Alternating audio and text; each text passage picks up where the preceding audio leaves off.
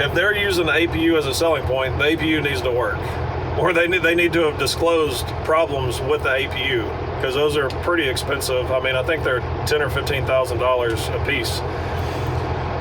The APU on this truck, I threw it in the trash. It was a piece of crap.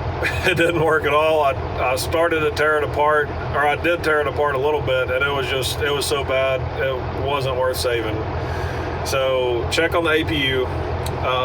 Check everything in the sleeper berth. Does your sleeper berth AC, does your sleeper berth heater work? The 12-volt outlets or any plugs in the sleeper berth, do they work? Do all of your gauges work? I mean, the most important gauges on your truck are going to be your oil pressure and your water temperature. You want those to work.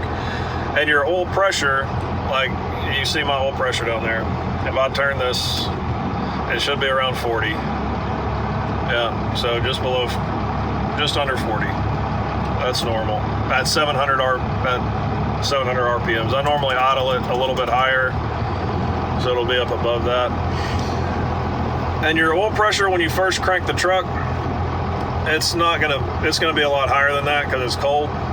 So do some research and figure out what normal oil pressure is for whatever engine you're going to look at. Mine, whenever I first crank it, it'll be between 65 and I've seen it as high as 80 if it's real cold outside. You'll have to test drive the truck, but your boost pressure or manifold pressure, I mean, the RPM, your speed, you want all those gauges to work. Air PSI, that's an important one. So make sure your voltage looks good. Make sure that gauge works. Your fuel pressure, I'd say that's one of the more important ones. I do like to keep track of that while I'm driving. If you've got two, so you see this one has, I can look at the driver's side and then passenger side. So if it's got a toggle switch like that, make sure that switch actually works.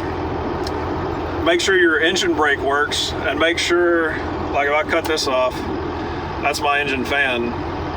So when I turn it back on, I can hear that engine fan come on. So you want to make sure that your engine fan, if you have a manual engine fan, make sure that works. Your AC and heat up front, actually I just had to have this fixed, as my vents were stuck in this position, so I couldn't use my defroster.